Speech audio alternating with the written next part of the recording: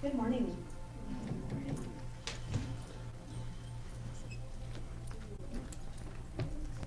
If you would just start settling into your seat. And just prepare yourself however you like to for a centering and meditation. This meditation is called the Bridge of Love. A bridge is built to span a physical obstacle. It is constructed for the purpose of providing passage over the obstacle, usually something that is otherwise difficult or impossible to cross. With this in mind, I'd like us all to take 3 deep cleansing breaths. With each breath, feel your body become heavier where you are seated. Feel yourself becoming more and more relaxed. You are supported in your seat, and your mind is open to take this journey with me. I'd like you to see yourself standing on one side of a canyon.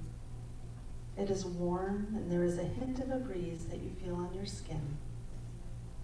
On the side you are standing, you can see beautiful boulders and rocks all around you. Their strength and vibrant brown, red, and orange hues are striking. Even though it is quiet where you are standing, you feel the energy of this side of the canyon. It is unsettling. Where you are standing, you look down and see there are fractures in the earth. They look long and deep, like they've been growing for a long, long time. You trust that the earth beneath you is strong, but the cracks are unnerving. It is actually uncomfortable to remain in this spot. You scan the landscape and your eyes are drawn towards a bright light ahead of you. Walking towards this glow, you notice that it is the beginning of a bridge that spans across the canyon. The bridge is made of smooth, sturdy wood, and you begin to step into it. It is quite a distance to the other side, but you feel impelled to begin walking across as you are not enjoying the side that you're standing on.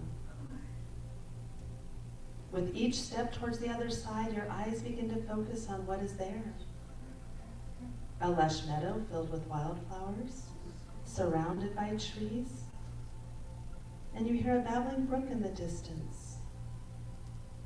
You notice birds flitting across the sky, wildlife moving about with ease, and the fragrance of the flowers fills your senses. You're about halfway across the bridge when you look back to where you've been. You see the giant boulders and the deep cracks of that side. And to you, they represent insurmountable obstacles and a shaky foundation. Perhaps these represent the times we are in right now. Concerns and worries about our conditions. A personal health condition, ours or the world's financial stability, concern about our climate, feeling that our personal or our societal relationships are on shaky ground. It is easy to feel overwhelmed by how big these obstacles and cracks are, but standing on this bridge, it provides distance and perspective. You are able to observe from afar how strong that side of the canyon is. The cracks are there, but are not as deep as you perceived when standing on that ground.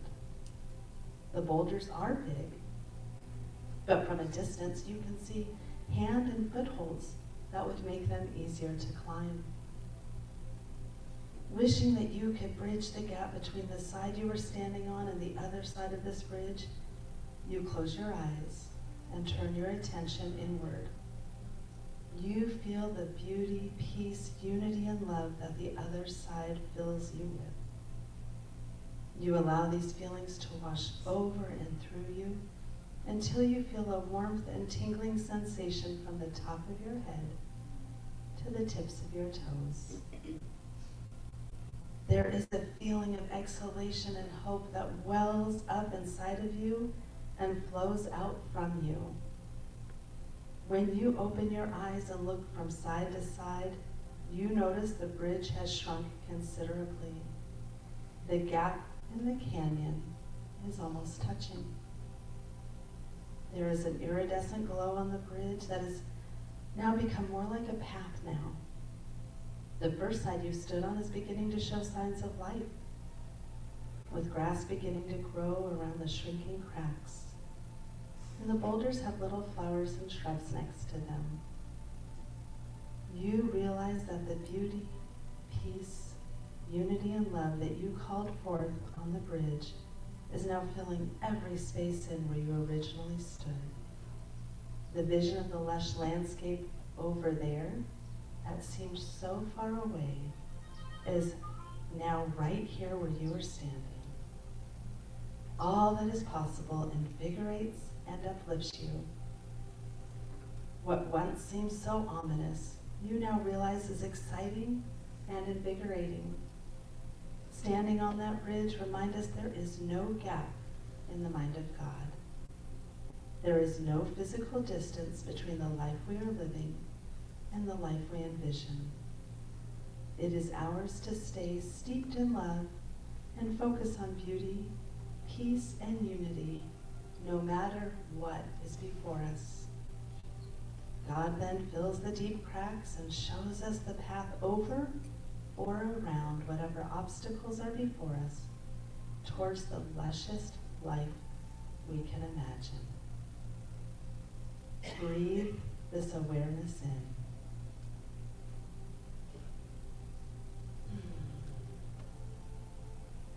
And now it's time to bring our attention back to this space and place.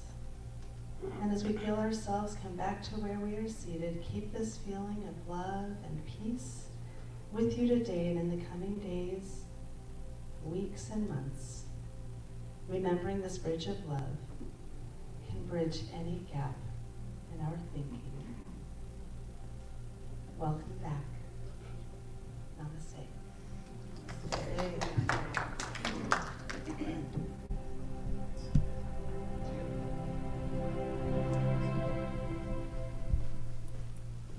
Lauren, you must record a book. A book of prayers. Yes, a book of... Unbelievable visualizations. Thank you for that. It was incredible. Just your voice and everything about it.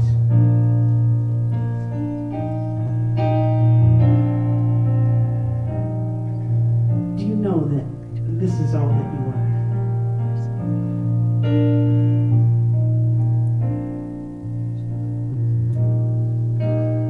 You are sacred love.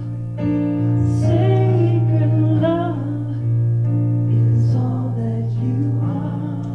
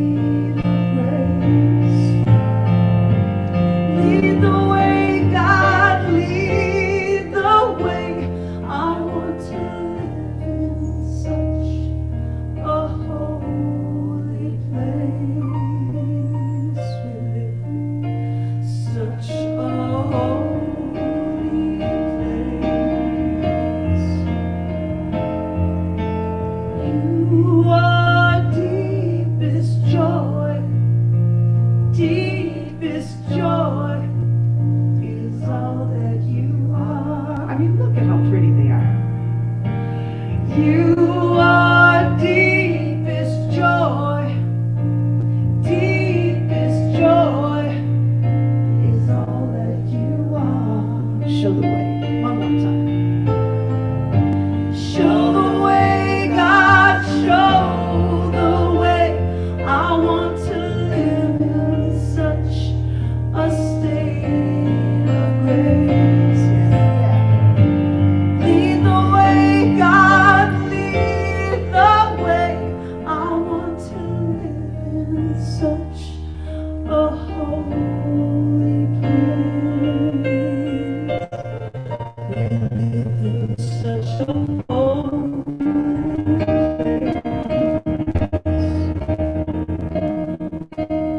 You are sacred love. Sacred love is all that you are. You are sacred love. Sacred love is all that you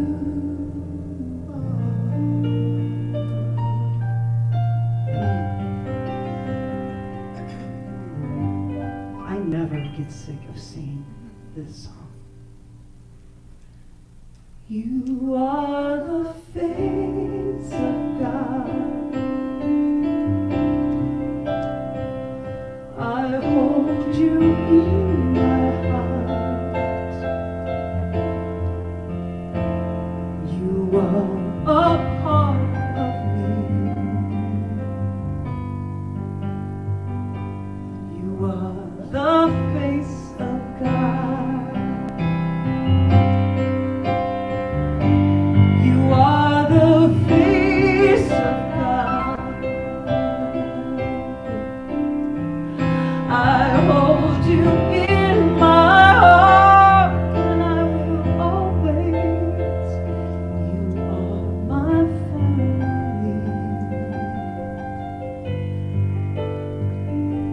You are the face of God. You are. You are my family, and you are the face of God.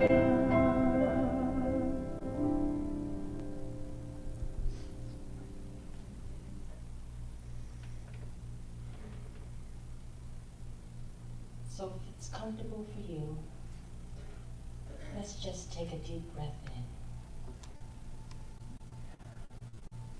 and allow your words to be your words as I speak in the first person. I know that God is all there is. One power, one presence. I know that God is divine guidance and clarity, joy and compassion. I know that God is clarity. And I know that God is good. So I surround myself with this good. I align myself with this powerful presence.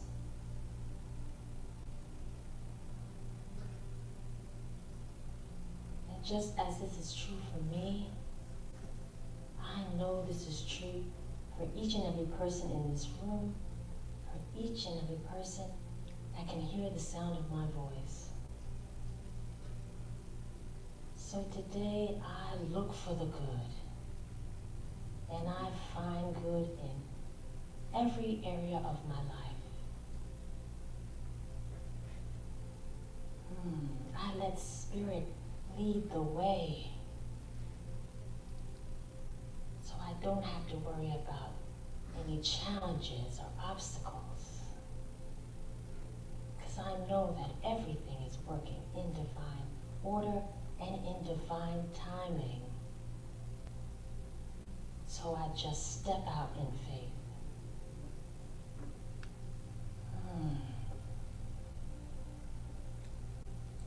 know today is just going to be a very special day. I know the message this morning from Reverend Stacy and Reverend Cheryl will be just what I need to hear.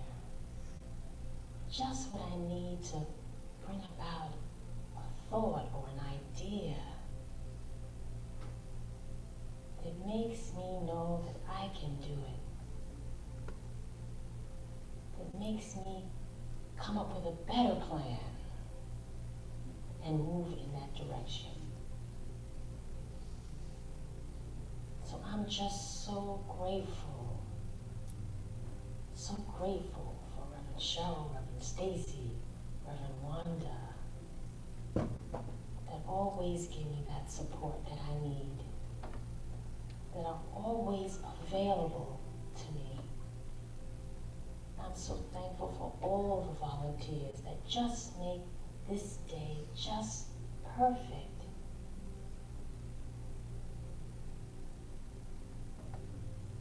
I'm just filled with gratitude for all the abundance that's in my life. So with a heart filled with this gratitude, I release my word with faith, with trust, knowing before I even speak the word, it is already done. And so it is. So it is.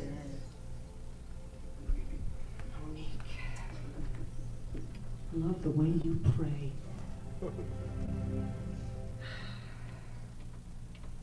Thank you, sweetheart. How beautiful.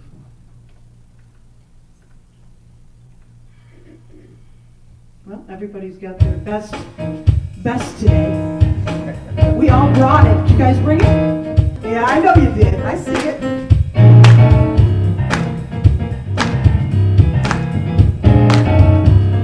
Well, you know what it says, everybody.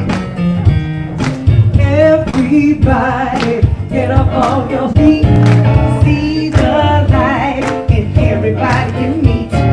Everybody, get up on your feet. See the light in everybody you meet. Let us be reminded of who we've come to be. We are love, we are one. Give it to me. One big family. Hey, hey, yeah, yeah. Hey, hey, hey, yes, yeah, yeah. Baby, you're so funky. Everybody, get up on your feet. See the light in everybody you meet. Everyone, everybody, get up on your feet. See the light in everybody you meet. Let us be reminded of who we've come to be. We are love, we are one. Come on now, one big family. Hey, hey, hey, yeah. Hey, hey, hey, oh, hey, yeah.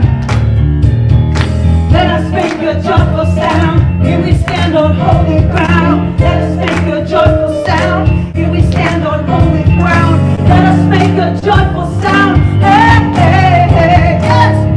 Everybody, get up on your feet. What's happening? See the light in everybody you meet.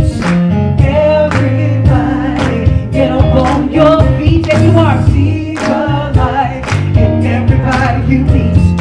Let us be reminded about who we've come to be. We are love, we are one. Come on now, one big family. Hey, hey, hey, yeah. Hey, hey, hey. Let's go to the bridge. Hey, yeah.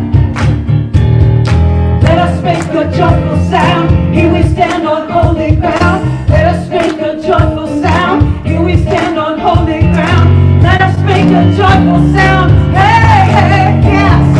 Everybody, get up on your feet. Feel good? See the light in everybody you meet. I see your light. Everybody, get up on your feet. See the light in everybody you meet. Everyone, let us be reminded about who we've come to be. We are love, we are one. One big family. Hey, hey.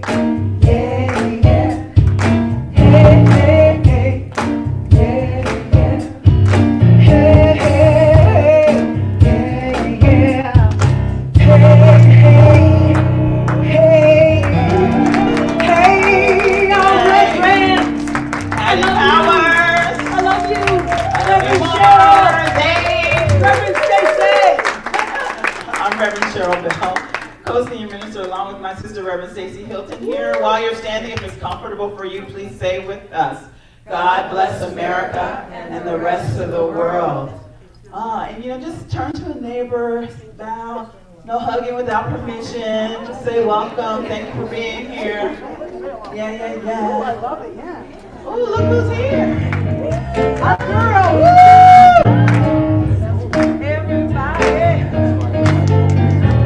And anybody here for the first time online, just, put a comment in the comment. Wow. I want to let anyone and everyone know that Jim had a little incident last week, but just want you to know he's doing very well. He sent Stacey a text or email yesterday, and he said he's doing well. He's home. They didn't find anything wrong. We just had a little hiccup, and all is well. All right. Patty, I think you have something to tell us. That's happening this week. Right. I'm singing with Don Scott. Yeah. This coming Saturday. Oh my gosh. Don and I are going to take the stage at the Nevada Room. So try to work us in your weekend if you can. It is Saturday night, and you go to the nevadarooms.com and just book a ticket, and I hope to see you there. Awesome. Thank you. All right. Who's here for the first time? I don't need my glasses for that. Yeah, I can't see. Oh, hi. How'd you hear about us? Well, I went to the Center for Spiritual Living Prescott for a long time. Oh, okay. Visiting here, and we looked up where is there a Center for Spiritual And you found us. And what's your name? Eileen. Eileen. Welcome. And your friend? Sharon. Hi, Sharon. Oh, okay. Kathleen Slipper. She's not there anymore. She's not there right now. She's not there anymore, but she's still with us. Yes, she is. Yeah, believe me, I'm going to check my emails right after this. All right. Anyone else? That's it. All right. Well, today is an awesome day. We enjoyed, some of us enjoyed Friday night movie at the Stefano's house. And today happens to be their anniversary. Oh my gosh. Come on. Happy anniversary, sweethearts. Can we do this for them? Happy anniversary, happy anniversary, happy anniversary, happy anniversary, and many, many more. Absolutely. That's awesome. I love you. I know. What was the movie? In the Heights. And yeah. We didn't stay long, but I heard it was a good time had by all. It was. I know. Thank you so much for hosting that for us. Thank you. It was a nice fundraiser. All right. Anything else I have to share? I think I'm good, but we have a video to show before Patty sings. There's a really good King of the Hill episode where the neighbors, from Laos, he's Laotian. Hank Hill's like, so are you Chinese or are you Japanese, right? And then the guy's like, no, I'm from Laos. It's a Southeast Asian country. And then in the end, he's like, okay. He's like, so are you Chinese or are you Japanese, right?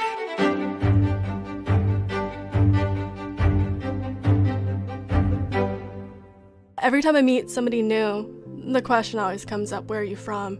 And I always want to say Minnesota, but you know what they mean. I was at a bar and someone asked me my name and I said Rachel.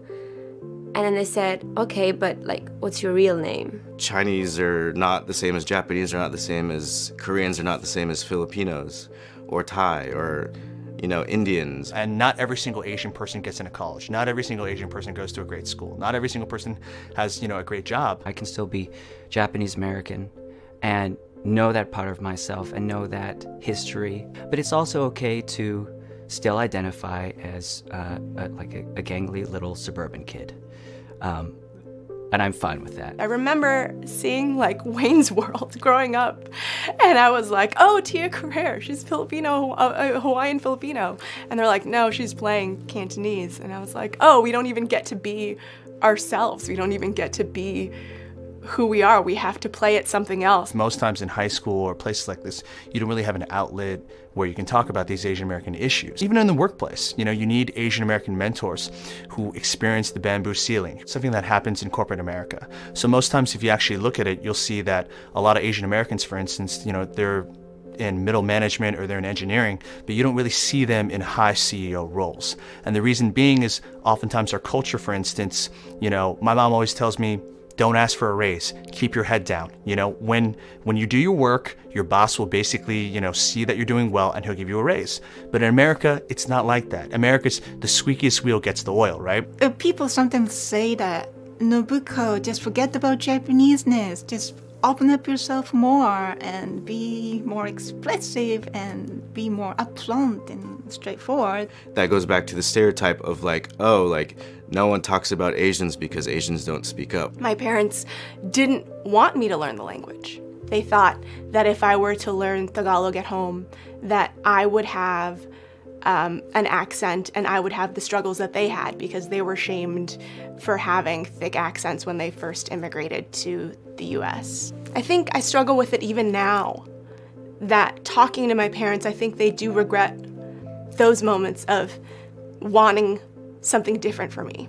I have two younger sisters who are 10 and 8, and I really feel it's my responsibility to help them come to terms with the identity crisis I know they're going through and bridging the gap between the American culture that they deal with at school and the Asian culture they deal with at home. There is just so much beauty in the distinction and different cultures out there that I think it would be to everyone's advantage to learn more about all the different places we come from. I love seeing that these communities are asking for representation because it's so important to me. And I think my ownership is getting to be a part of that. And even celebrate the fact that it's so cool to be different, to have something to offer that someone else may not, and to exchange ideas rather than just try to be the same idea.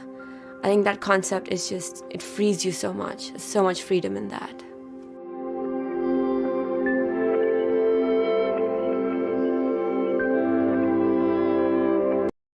Freedom in that.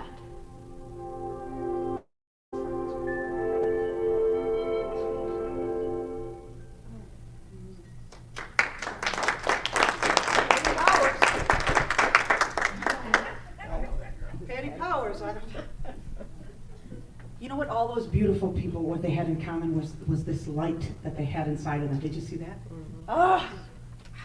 You guys play the greatest videos. I gotta really, not get into them like I want. And just stay the course. Woo! But they had these lights in them. They just want to let them glow. That's why we are the greatest country ever, because we have everybody here. Ooh, this little light of mine, I'm gonna let it shine. This little light of mine, I'm gonna let it shine.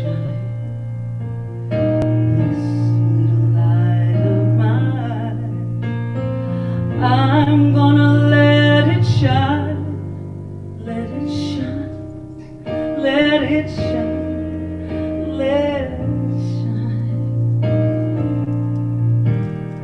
Everywhere I go, see, I'm gonna let it shine. Everywhere I go, I'm gonna let it shine. Just get into it. Everywhere I go, does it feel good? I'm gonna let it shine, let it shine, let it shine, let it shine.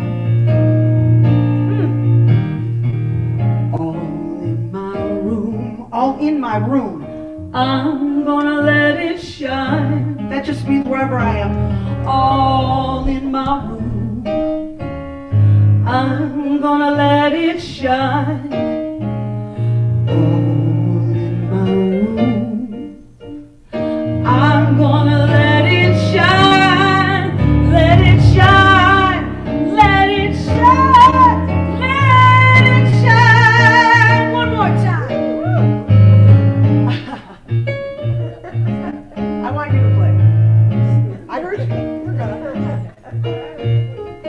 take over his solos. I don't have a solo. Anytime you're ready. Oh, this little light of mine, I'm going to let it shine. This little light of mine, I'm gonna let it shine. Not so little.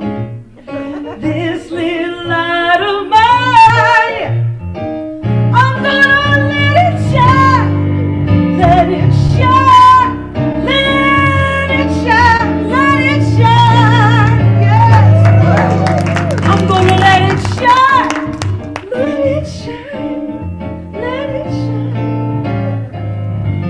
He's gonna make it shine. He's gonna shine. We're gonna shine. Ooh, we're gonna let it shine. Well, thank you. Thank you so much. Keep it shining. Just let it go. Let it shine. Let it go. Go Let it shine. ahead, let it shine. Got you. Yes, Patty Powers and Dave. I had no idea when I asked you to sing that song that it was going to be like that. I didn't know either. Woo! We don't Go know ahead. sometimes. We don't know. We don't have to know. We don't have to know. Yes. Talk to them. It's me. Making a lot of noise. Yeah, we're going to let it shine, aren't we? Yes. We're going to let our light shine. Yeah, yeah. I showed that video because it is Asian American and Pacific Islander Month. And we're going out to celebrate those people that have given so much and contributed so much to society. And so that's my way of giving gratitude and educating and informing and expressing the love that we are to those that have done so much, that aren't often or aren't celebrated enough. I'll put it that way. This morning I woke up with Reverend Andrew Butler in my head at 3 o'clock this morning, which, you know, I love Reverend Andrew Butler. However, it was a little odd. It was a little odd. Yes. And especially at 3 in the morning, and alarming. Reverend Andrew Butler would say this: I'm awake, alive, and enthusiastic. Yes. I'm awake, alive, and enthusiastic. Can you say that with me? I'm awake, alive, and enthusiastic. Yes. Much better than you can't steal my joy. Although both are true. That was good, but it wasn't. I'm awake and alive and enthusiastic. Yes. And good looking, he said. Yes. I'm also healthy, wealthy, happy, healthy, wealthy, and good looking. I do like that one. I do like that one a lot. Yeah. You know, and Reverend Andrew Butler, he was a minister here, and he and his wife were both ministers here. Not Science of Mind, however, New Thought and old school. But that just excitement and that just embracing of who they truly are, they both let their light shine so brightly. And because they were old school, they didn't really talk about, they talked about the love, they talked about the positivity, they talked about the light. But they didn't necessarily talk about the experience of the darkness. That bridge, thank you, Lauren. Beautiful, beautiful. And Monique, my sister, beautiful. They didn't talk about that experience that we all go through. I say we all. I should not say that. I was taught that. We don't say that, right? I will ask a question. Has anyone here, or is anyone here currently experiencing anything that they might be angry about? Okay? So I want to ask you personally, maybe a health condition. If there is a health condition that you are currently experiencing, why don't you stop your feet? All right. If there's a wealth condition, you know your money is a little short right now. I'm sure that doesn't happen to anybody except for maybe me. If you have a wealth condition, could you stop your feet? Okay.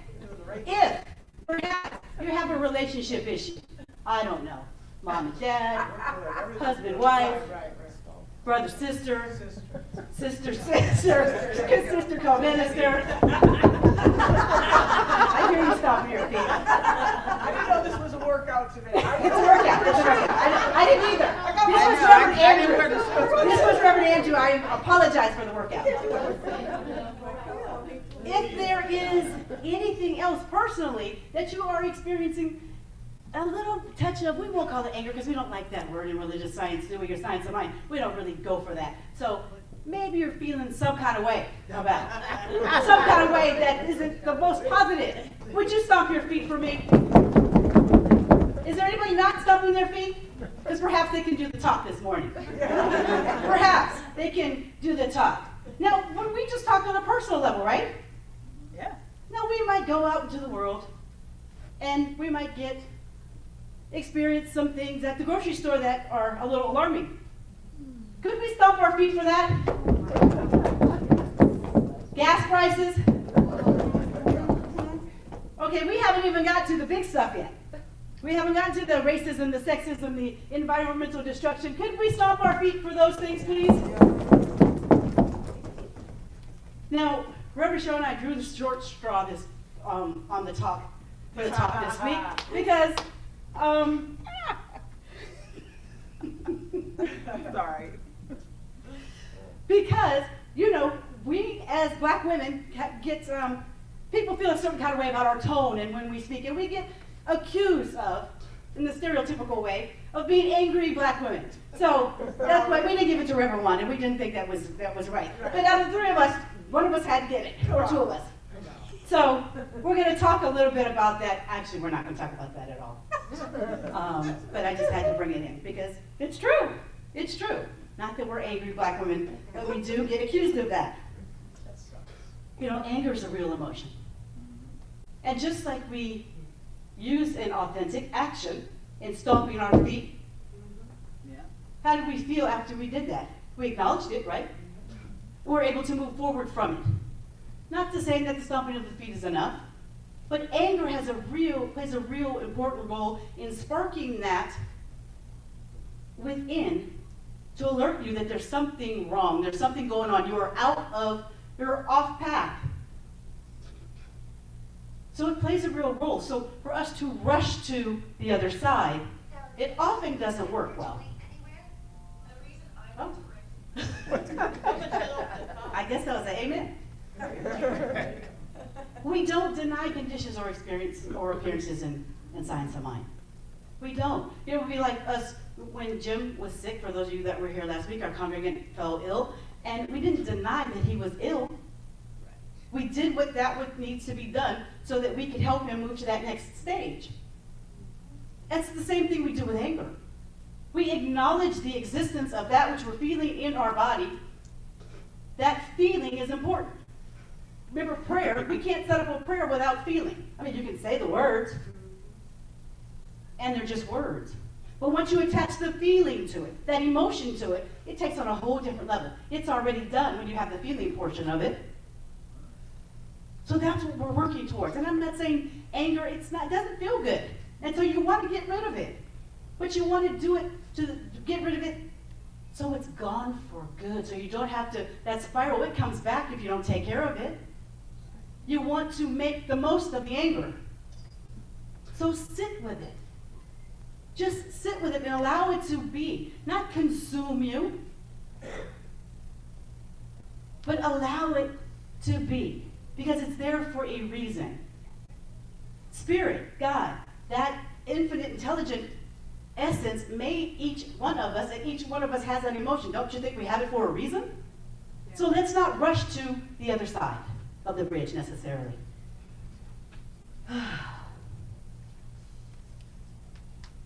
We don't want to gloss over anything. And because we become more spiritually mature, or mature in our years, it doesn't mean we're going to get rid of this thing called anger. And I know some people are like, oh, I don't get angry. Well, good. I'm sure you walk on water too. And that's wonderful, but that is not the case for most of us. That is not the case for most of us. And if you are that person that doesn't get angry, perhaps, I'm serious, you can do a little power talk about what you do. But I'm sure you do something to move to that other side. There is a shift that occurs within your brain, your thoughts, that allow you to move to the other side. Anger can be transformative. How many of us here, I'll speak for myself, I came here because I was angry about the condition of my life. Now here wasn't here. Here was a mile away or a couple blocks away. But that's what Las Vegas Center for Spiritual Living, which was called something else, the Center for Model for Positive Living, brought to me. A teaching, a tool that I was able to relate to and connect not only intellectually, because old school science of mind is almost purely intellectual. The way you get it to your heart is through some of the practices and the realization of, yeah, it's not just a reading. I have to do some real work here. Until we do that, it's an intellectual, very fancy philosophy that is, you might win a truck. Lord, you might win $1 million. And it was so consumed by prosperity in the 80s and the 90s and the early 2000s that we have not come into our spiritual maturity as a teaching up until right now, in my opinion. Because now we can put where the rubber meets the road. We can talk about these things like racism, sexism, and things that are going out in the world that we all contribute to, by the way. Just because we think positively and we think a certain way does not mean that our consciousness is not creating that which is going on right here and right now. Because we leave these doors and we don't often we fall into the ways of the world. Or is that just me? I'm sure it's just me. I think it's just you. It's just me. Anger sparks transformation. There's a quote here by Sharon Salzberg. When you practice mindfulness of anger, you're working toward engaging with anger and all the emotions and thoughts that arise with presence and compassion. Yeah, that Asian video, Aldo brought that to me. And he showed it at the Heart of Peace. I forget because I grew up in Los Angeles in the mid-'60s and went to elementary school and formative years in LA. And LA was not the LA that we see now. It was, I went to school with a lot of Asian kids. And a lot of you all, depending on where you live in the country, you might not have. And so I forget that people don't know, all of they didn't have the experiences, they didn't meet the people that I met. They didn't have there's no fault of their own, but depending on how you were raised, you might have had there was some bias towards Asians. I got the food, but my grandparents loved the Asian culture, so of course I did. But the way that we move and educate ourselves in life is important. And it's important that we realize that we never stop learning and it's never too late to learn. And if we don't know something about something, there's no embarrassment in it. It's time for us to take a look at it. Because there are people in the world that I don't have contact with, I don't know how to connect with, I've never experienced, and yet we're one, then it's my job to see how I might connect. Hey, what is it about these people? Why they're from Laos? Why they're not Chinese, they're not Japanese? What's different about them? And what's the same?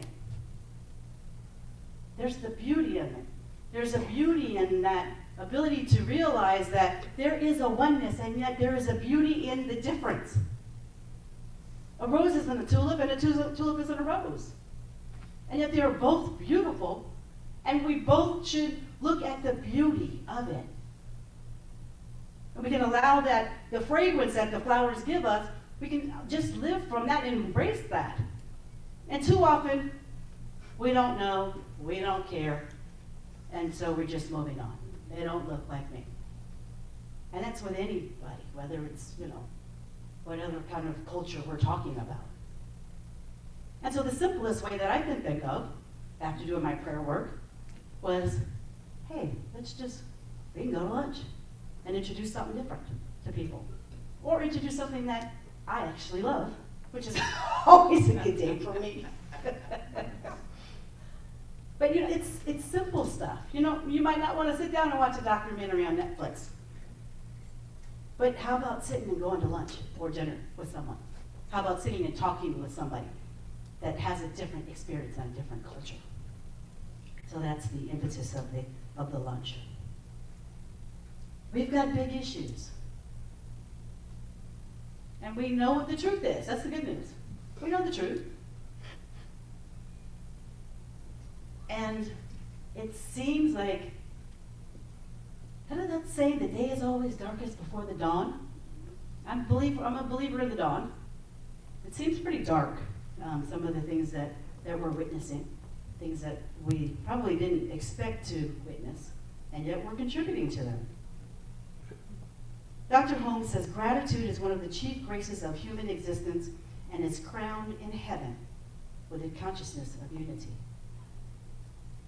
Anger is important. It brings about an awareness that something is off, that all things aren't firing on all cylinders, and that we need to get all things firing on all cylinders for us to move through this, I'll say dark period. You might not consider it dark. Maybe it's a little dim. It's certainly not the brightest, we'll put it that way. And so for us to move into that, let's use the anger as the impetus to move us forward. We can sit there for a minute. We can have lunch. And then we get up and we do our work. We get up and we do our work. Jennifer Hadley said, the anger I felt propelled me to find a spiritual solution. And that's led to the best part of my life. Oftentimes, I think that, because I have been very angry about a lot of things in life. I'm not Asian, however, a lot of that stuff that is taught by Asians is also taught to women. And because we have a tone, especially as sister girls, it's like, watch your tone. And so there's a silencing that is that was done, not meaning like it was abusive or it wasn't meant for that, but watch your tone, speak a certain way, it's a volume that is appropriate, that kind of thing. Which, as you get older and you come into a new era, it can be damaging. I'll say it like that. And so we speak up out for everybody. I love the idea of us being inclusive and us not only knowing and practicing this idea of oneness, but we really, really believe it. Because I don't know how to fix all of that, but I know it starts here. And sometimes I just have to sit with that which is bubbling up and stirring within to allow me to realize the clarity for me to have the next steps. And I think if I can do it, I know you can do it. I know you can do it. And I think if we all do it, then we can get the group, maybe not across the street yet, but sorry. But we can get others to do it and join forces to do that. I think that's how we create a world that works for all.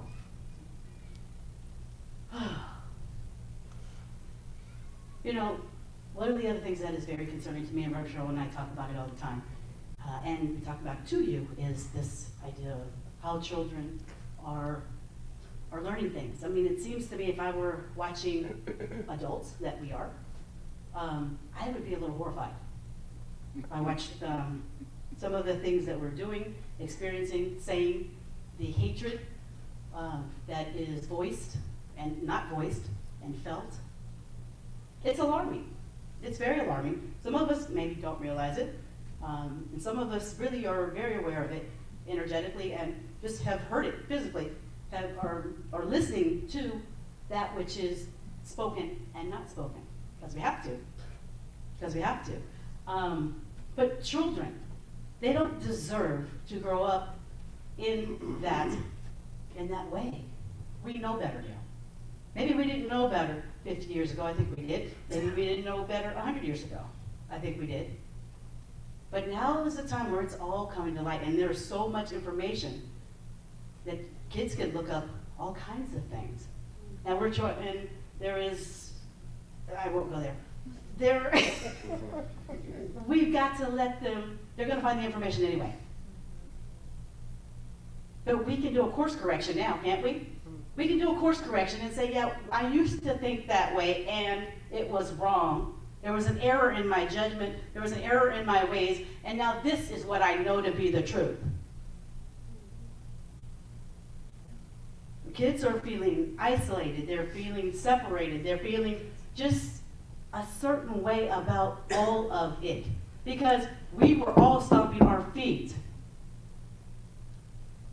And that, we have to give them permission to stomp their feet too. The mental health awareness that our society has to come to is very important right now, particularly for children. There is too much out there that they're exposed to that we have no way, we can't put the genie back in the bottle. So therefore, we've got to figure out a way to help out our children and our youth. We also have to help our own selves out, and our responsibility is our children. Our responsibility is also ourselves, but we really should make a way for kids. So with that, it's also it's everything month this month, but it's Foster Care Awareness Month, it's Mental Health Awareness Month, so here's a little video about that.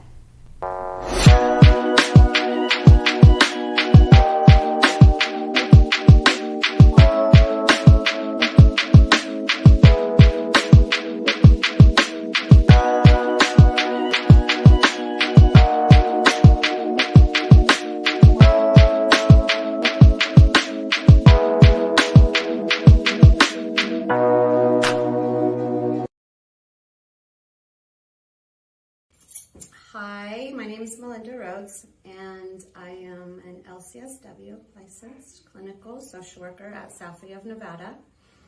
I've been with SAFI for 19 years in this coming July. We are in 7 states, and our corporate office is in Ohio, so we have a good foundation. Our tentacles are all woven throughout the states. We are lucky to have a strong supportive foundation of processes and operations so that we can just go and deliver our services and not have to worry about all of the technical stuff that sometimes gets in the way with new agencies. Caitlin asked me to speak to everyone today because it's Mental Health Awareness Month. So I wanted to talk a little bit about the services that we deliver. We are primarily a treatment foster care agency, meaning that we make sure the children that are in our care who need special attention due to the hard places that they've come from, we make sure that they have emotional and mental health treatment from their foster parents to the SAFI staff who interact with them. Oftentimes the kids that we serve here have problems with concentration, with their behaviors, with emotional regulation. They have trouble with boundaries, anger, aggression. And so we rally around them, recognizing that they're not bad kids. They are acting out what they're feeling inside. So we know that we need to work to meet the emotion behind the behaviors that they're demonstrating. And I think for the month of May being Mental Health Awareness Month, for the spotlight to be on that idea is really important, because sometimes I think society in general just sees a child or an adult acting out and just assumes that they haven't been trained right and are misbehaving and they haven't been parented correctly. And that allows society to place blame on the child or label them as bad, when actually we know that what is happening is they need to be helped and healed through relationship so that they can regulate those systems in their body that have them acting out. And when they're calm, when they're regulated, when they're safe, when they have consistent caregiving that they can count on and their environment is predictable, when their emotional needs are met, their behaviors are then reduced. And they can kind of come alongside others in society and join with them and be productive and happy and healthy and well. I know that we are talking to the Center for Spiritual Living today, and so I want to say that your role in the community is very important with mental health for children and adults. because we have learned that mental health issues are often healed in the context of a safe relationship. Your center has the opportunity to provide safe, non-judgmental, caring, predictable relationships for those that join you and for others, that come to you in need of something. Don't underestimate your ability to help a child heal those emotions that are underneath their behaviors. We have something, we follow the NMT model, the neurosequential model of therapeutics. It's Dr. Bruce Perry's model. He recently wrote a book with Oprah Winfrey. It's called What Happened to You? And part of the concept of that model is the therapeutic web. And so what it is teaching us is that people who do suffer with mental health ailments do a lot worse when they don't have connections in the community, when they don't have consistent, predictable domains in their life to go to rely on and to interact with. And so a place like yours that is welcoming and inclusive and kind has that opportunity to be part of a person's therapeutic web. So while we might do at Safi, our therapists and our frontline workers do the mental health, we teach coping skills, we provide psychoeducation to children and their caregivers to help them understand what's happening in the child's body and brain, to cause them to act out or to feel so poorly. We might have that knowledge.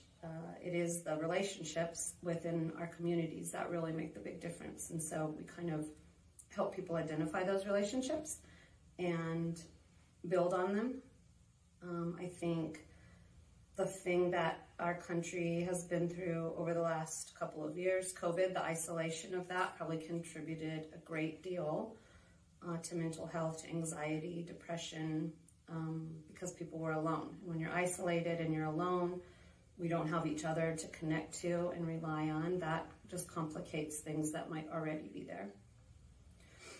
And then there's been a lot of racial discord, violence in our communities.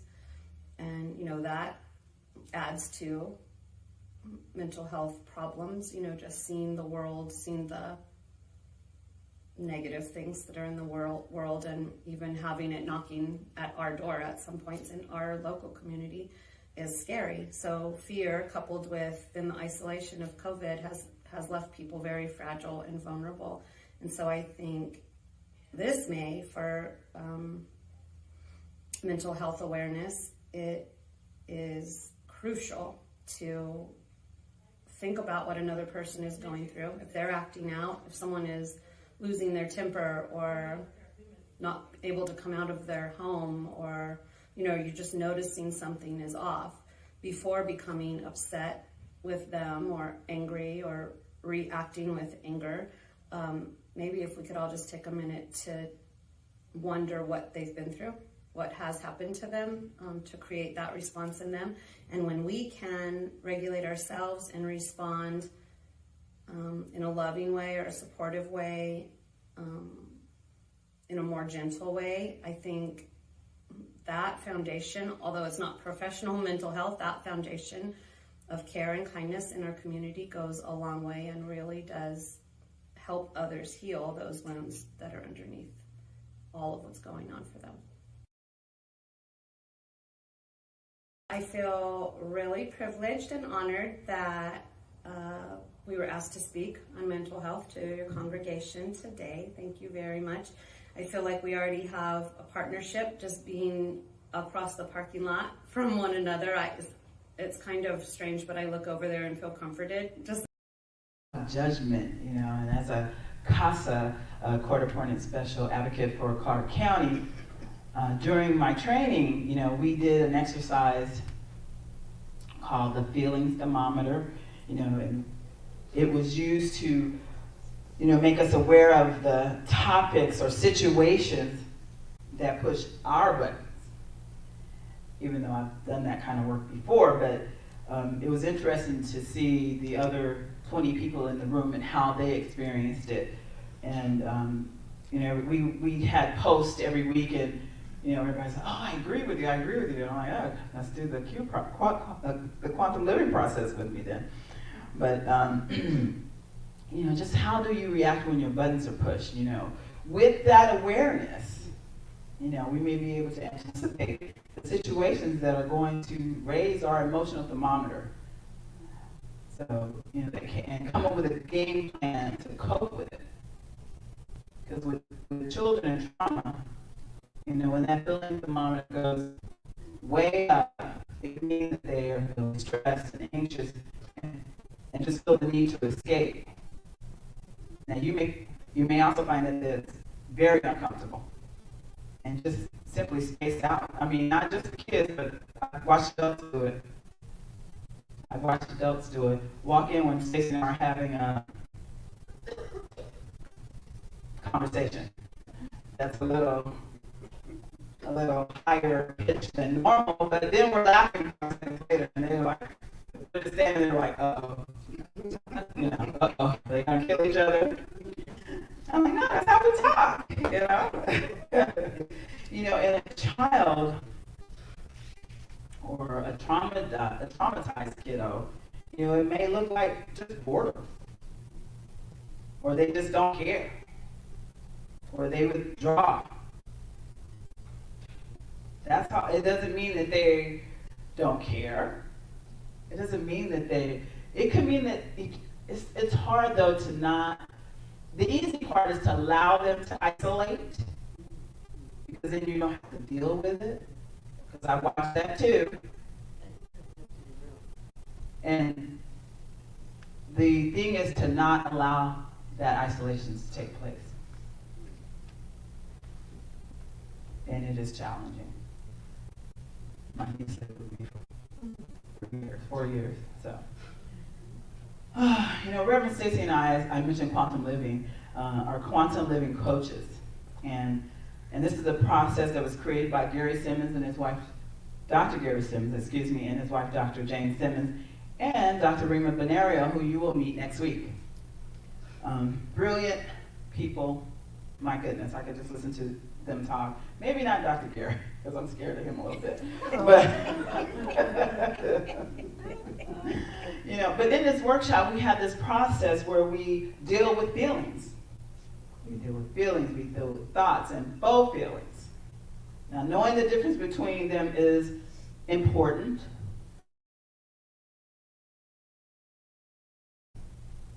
You know, and then, you know, we say, I feel, and then we proceed to tell someone what, rather than how we feel. Also, we might say, I feel that. And usually the word that follows is not a true feeling, but a judgment about someone or something. And even when you say, I feel that you know, you wandered into the, you know, away from your own feelings, and you're judging at that point. And we tend to categorize feelings as good or bad. Feelings are neutral. You know, the actions that we take based on our feelings may or may not be wise, but feelings in and of themselves are not good or bad. The actions we take can be judged as good or bad, right? You know, our process in the quantum living process is to call up those buttons. And I tell people, you install those buttons. They push my buttons. Well, who put it there? And I kind of sum it up in this quantum living process. What we do is teach you how to uninstall the button, teach you to change that story that you created in childhood, or whenever you created it. 99% of the time it was created in childhood. And I have my quantum living book here. Like, let's see, there's a faux feeling called misunderstood. And most of the faux feelings I find end in ED. Any feeling that makes you seem like you're a victim is a faux feeling. That's my summation, but there are other words too. Misunderstood. Well, really, you're upset, angry, and frustrated. But our chart also shows what is the missing need. What was it you really needed? You needed to be heard. You needed understanding. You needed clarity. Belittled. That's a full feeling. You were angry. You were frustrated. You're distressed. The missing need, you were looking for respect. You were looking to be seen, understood, and acknowledged. Insulted. Again, you're angry and probably embarrassed. But the missing feeling or need, you wanted respect. You wanted consideration. You wanted to be acknowledged. You wanted to be acknowledged. You know, it is claimed that 70% of all diseases are the result of suppressed emotions. Now, I'm sure Dr. Ernest Holmes did not write that, but it is in the Science of Mind textbook. Richard Rohr, who's a Franciscan priest, we read The Universal Christ in our book club, Reverend Stacy's book club, I call it, and a prolific teacher and writer. He says that anger is good and very necessary to protect the appropriate boundaries of self and others. He said, I would sooner live with a person who is free to get fully angry and also free to move beyond that same anger than with a negative person who is hardwired with resentments and pre-existing judgments. Their anger is so well hidden and denied, even from themselves. He goes on to say that it never comes up. That anger never comes up for fresh air of love, the fresh air of a conversation or that needed forgiveness. You know, our teaching has at times been called, that we live in our teaching being science of mind or religious science, that we live in the culture of positivity. Defined by one psychologist as the widespread social practice of eliminating any attitude and utterance that doesn't have an uplifting effect on one's mood and those around them. The pressure to think positive thoughts every day, to speak positive language and practices, like put on a happy face. If you're not smiling, thinking cheerful thoughts, and good things will happen. I think some of us feel the pressure to display a happy face, even if it is insincere. And we feel guilty if we're not doing that, right? That underlying belief, it seems, is that it hurts. And that discontent can be done away with simply by acting as though it isn't there. Now, we could have came up here, we being Reverend Stacey and myself, and did a spiritual bypass talk and say, oh, anger's not good. Anger, go to that peaceful eye of the storm. But it is claimed that 70% of all diseases are a result of suppressed emotions. We don't want to do that. We don't want to live in discord. We don't want to live in discord. The underlying belief, as it seems, is that hurt and discontent can be done away with simply by acting as if it isn't there. Okay, I'm going to say, which is crap. Of course it is. It has to be. But this is the belief that makes it safer for people to turn their anger inward to their own destruction and acknowledge it as normal and, yes, necessary part of humanity. I'm offering you there's a different way. Stacy said to acknowledge it, but learn to move beyond it. Learn what is there to teach you, to show you. It's there for a reason. Richard Rohr also said that anger is a telling and necessary emotion. The power and intensity of our anger sometimes frightens us, and other people too. But it frightens us to the point where we avoid expressing it, even when it's appropriate. Something that if we don't express our anger, it just simply goes away. I say crap again to that.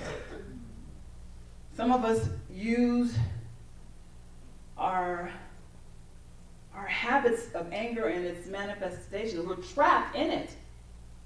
There's nothing wrong with anger. You shouldn't get rid. It's the action that you take that may be something wrong with. Now, you shouldn't get rid of your anger until you understand what it's actually about. It can be a gift. You know, if we are to consciously and skillfully express our anger or acknowledge it, it supports us. It supports us in creating change, not only in our lives, but in the world. It is meant to help us put an end to injustice. Anger is a gift to motivate us to fight for the causes and the people worth fighting for. You know, I was reading something, and it kind of made me laugh because I started watching Outlander. Oh my goodness, and those of you that watch it know what I mean, but I was reading something that says, if you want to make Jesus mad, then damage a child. And then in Matthew, I'm not a Bible scholar, but I brought my Bible. In Matthew 18, it says that Jesus said, if you harm one of these little ones, better you that a millstone be draped around your neck and you dropped into the deep depths of the sea. Now, because I watched Outlander, I know what a millstone is. They use it to grind flour. It's huge. Can you imagine that around somebody? I think he's mad. Jesus is mad a lot, but not for long. His anger is quick. He said, I'll just drop him in the ocean with a millstone around his neck. The lesson, I'm sorry, I apologize to everyone and Jesus too. The lesson is to feel anger and to learn what it has to tell you, but to not identify with it. You are angry, you are not anger. As with many spiritual teachings, not just science of mind, it's kind of contradictory that I would say that, right? But I feel that the more conscious and skillful that we are with our anger, the less angry we'll be. We'll know what to do. Oh, that came up. I know I got to go do something about that. The more unconscious of our anger we are, the angrier we'll be. We can be bright or dull with our anger. When we occupy our anger with integrity, we begin to see that resentments do not have as much importance as they once did. They fade. They fade into the truth. Now, do you have someone in your life that you can vent to freely? Someone that will listen. Just listen, not fix. But listen and pray with or for you. I do. Have you taken the quantum living process to learn how to uninstall those buttons and to learn why you are angry? And just learn what it means. It's there to tell you something. It's there to teach you something. I promise you. Anger in and of itself is not a bad thing. It's what you do with the anger that could certainly be bad. Thank you all for being here.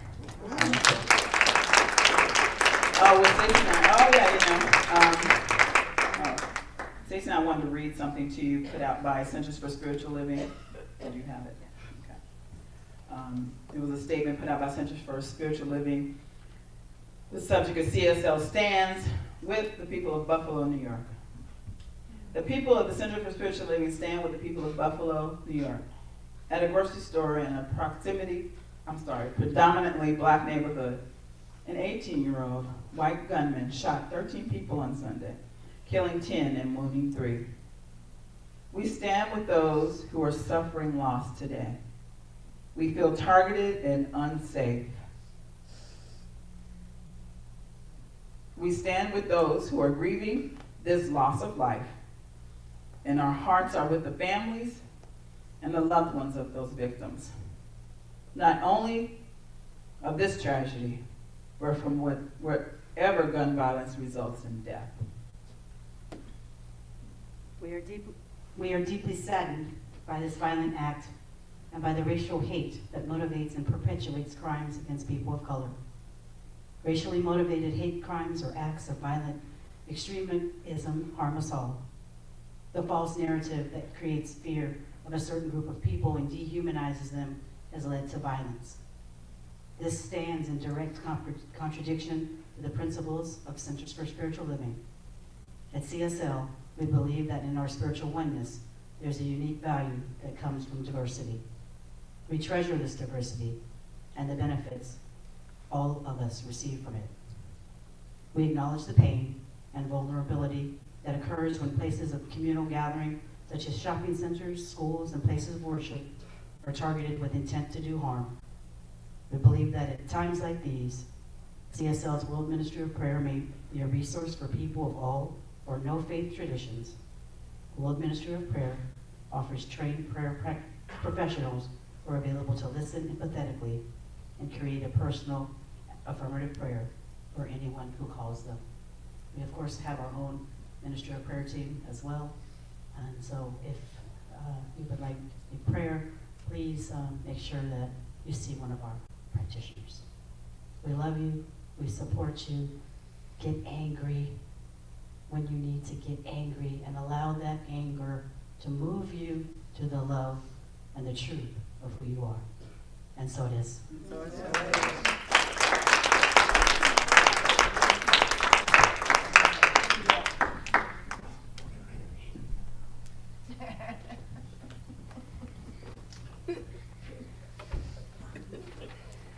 Did you just give me license to get angry? I did. We did. Well, I don't need, I tell you what, I don't need the license, but hey, what's happening over there? Where she was? She said I can get angry, Dave. Okay? So just relax. How funny he is coughing there. Yeah, you need water. You're gonna need water. I'm just kidding. I'm just kidding. You did rev me up though. I'm revved up. Because I know that, thank you, because I know that it's all right when I get a little PO. That's all right. Yeah. I'm gonna move through it, get the best out of it, and make something good come of it. Yes. Okay? And now I would love to sing a beautiful song by Rascal Flatts. Oh.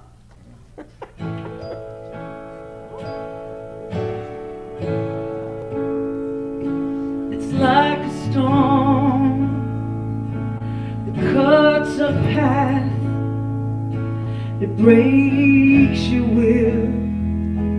It feels like that. You think you're lost, but you're not lost on your own. You're not alone, 'cause I will stand by you. I will help you through when you've done all you can do and you can't cope. I will dry your eyes. I will hold you tight, and I'll hold you tight, and I won't let go.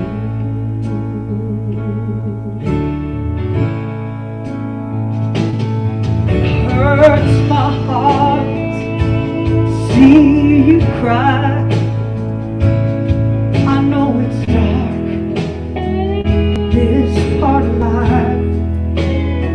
Oh, it finds us all. We're too small to stop the rain. Oh, but when it rains, I will stand by you. I will help you through. When you've done all you can do, and you can go, I will dry your eyes. I will fight your fight. I will hold you tight, and I won't let you fall. Don't be afraid to fall. I'm right here to catch you. I won't let you down. I won't let you down. 'Cause you're gonna make it. I know you're gonna make it. 'Cause I will stand by. I will carry. I will fight for you. And I won't let you fall. I will stand by you. I will dry your eyes. I will fight your fight, and I won't let go. Go. Oh, I won't. No, I won't let you go.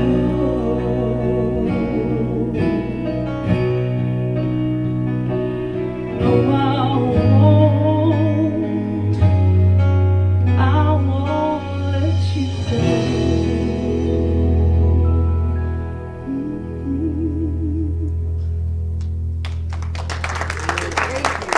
Thank you, sir. Thank you. What a pretty song. I love that song. I love that song too. Oh, yeah. This is our opportunity for giving and receiving. She wanted to relax. I know, she did want to relax. She was, yeah. I would like the ushers to please come forward as we say our affirmation as you hold your gift in your hand.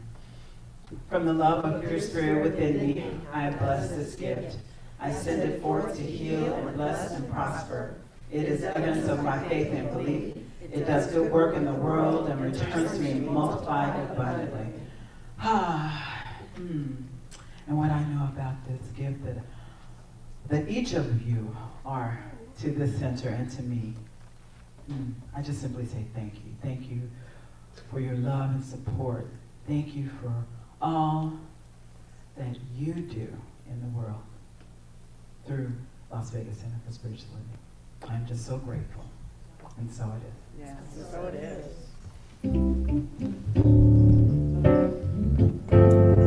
I am so grateful as well. I do believe I will receive. I just have to know and then declare it to be so with an open mind and just a little bit of time. If it serves my highest good, then it will be mine. Yes, it will. 'Cause I do believe that I will receive. I just have to know and then declare it to be so with an open mind. Yes, and just a little bit of time. If it serves my highest good, then it is mine. Anything I want, you know it, it is mine. Come on. Perfect health, it is mine. Joy and peace, it is mine. Ooh,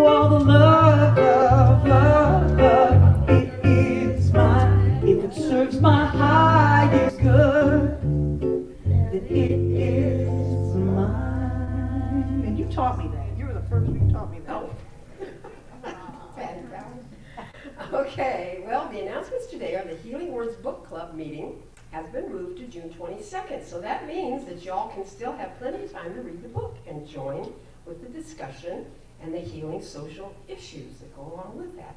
So just let Reverend Stacy know if you'd like to join with that club. For prayer support, just send your prayer request to prayer@lasvegascsl.org or text 702-524-7096.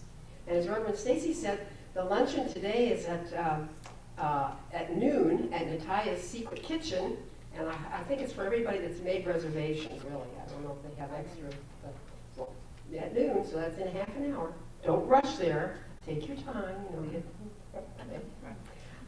we have 2 ambassadors of fun, and one of them is Amy. She's going to come up and tell us about what she's so fun.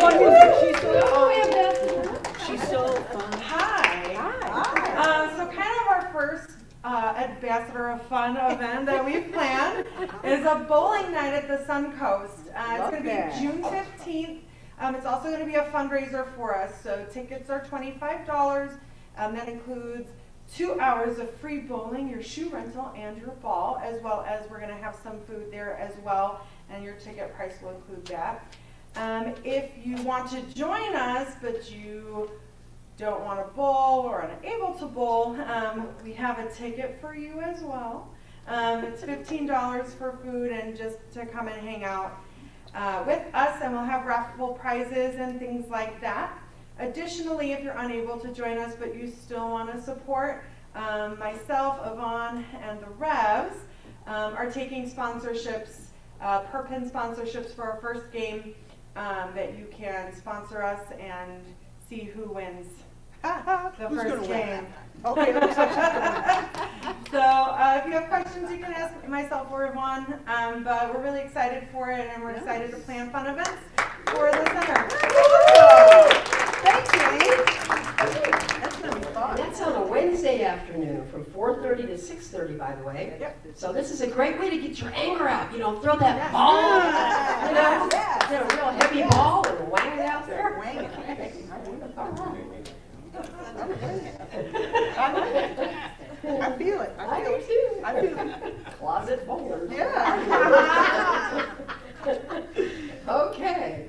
So the CSL does have a movie action going on all summer with 11 movies, and you can join for the whole summer and join in the discussions on Zoom. There are 11 of them, 11 movies, and there'll be a different minister or a practitioner that's excited about trying to help you understand the metaphysical meanings behind these movies. So it's quite interesting. And if you can do it just once or one at a time, it's $25 each. So just go to shopcsl.org/classes and find out more about that. It starts next month. Remember, when you do any shopping, to do your shopping on Amazon Smile at smile.amazon.com. And the bookstore is open today with lots of goodies, and Books Against the Window are all 60% off. And remember to just watch us, follow us on Facebook, Facegram, and It's all the same. It's all the same. They know. Facegram, that's the one. They know. Facegram. It's cool. I'm gonna do that.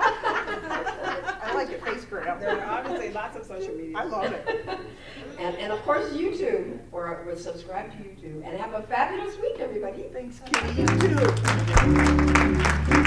I'm gonna get Facegram. Miss Daisy and Miss Jade, did you want to come up?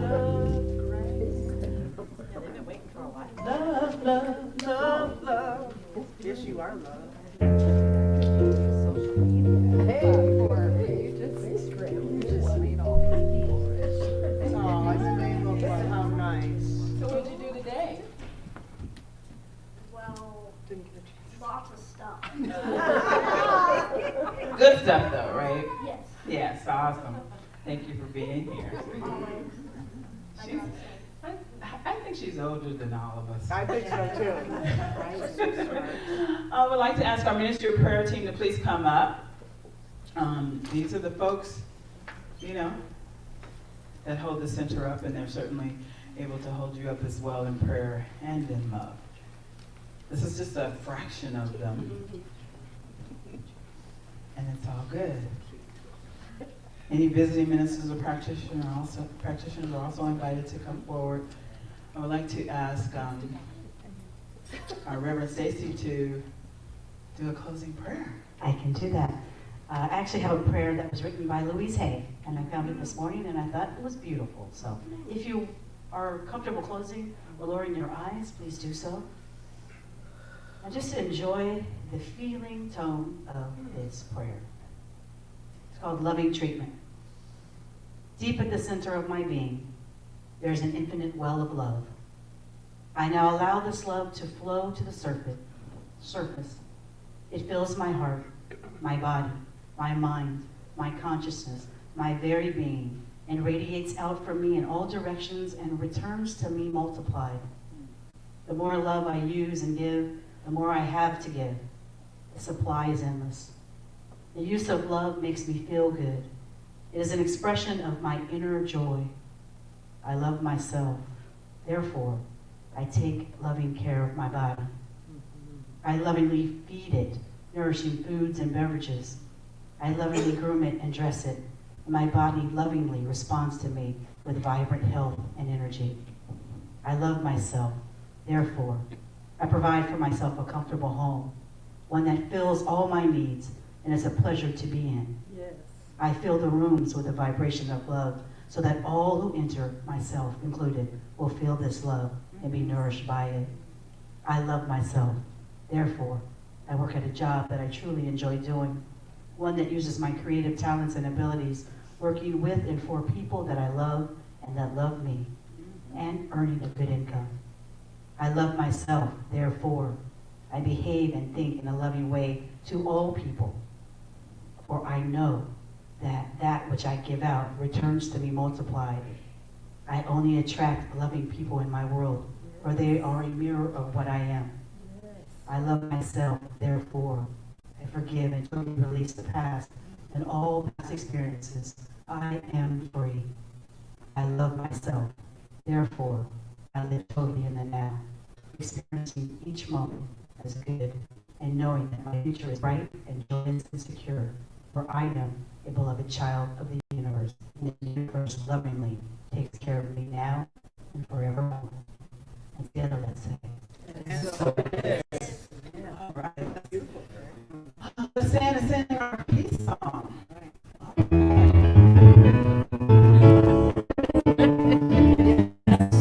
There is peace on earth, and now it begins with me.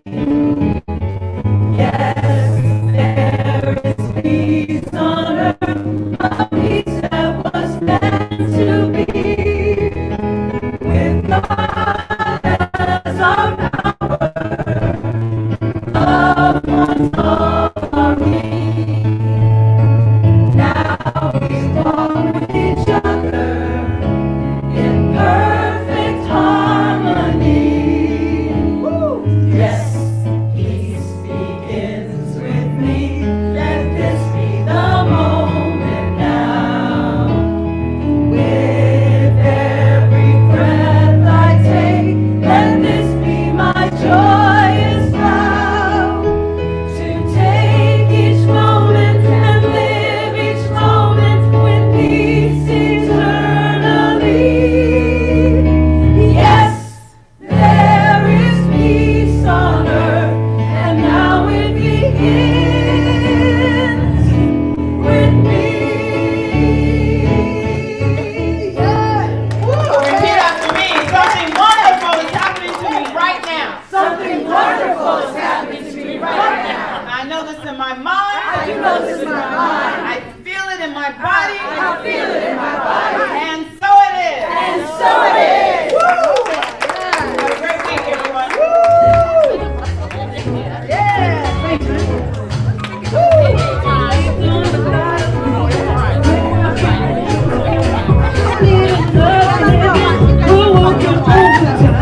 Don't need another million, you got that gold line. I like the way you live it, yes, you're so big line. You got that something special, didn't you know? You,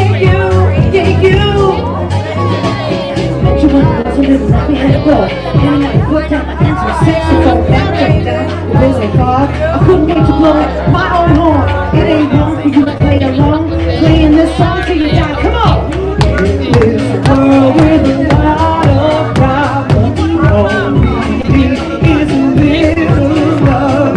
Thank you, oh thank you for your love. We've done a lot of living, we're working overtime. We've got not a million, you've got that gold. I like the way you're living, 'cause you're so genuine. You got that something special, didn't you know? Just you. Woo! I met you when I was a little country boy, and I was put on that truck and so then we fell in love on the boulevard. And I was Jenny, I guess you were 4. It ain't wrong for you to sing along, singing this song till you die. This is world with a lot of problems. All we need is a little love. Thank you, oh thank you for your love. Come on, Dave.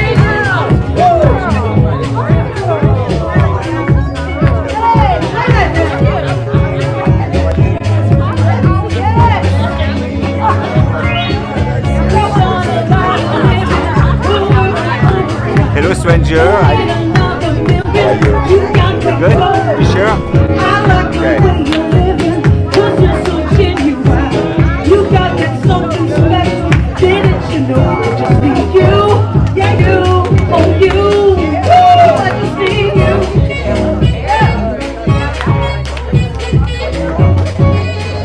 Yeah, play that thing. I just need you.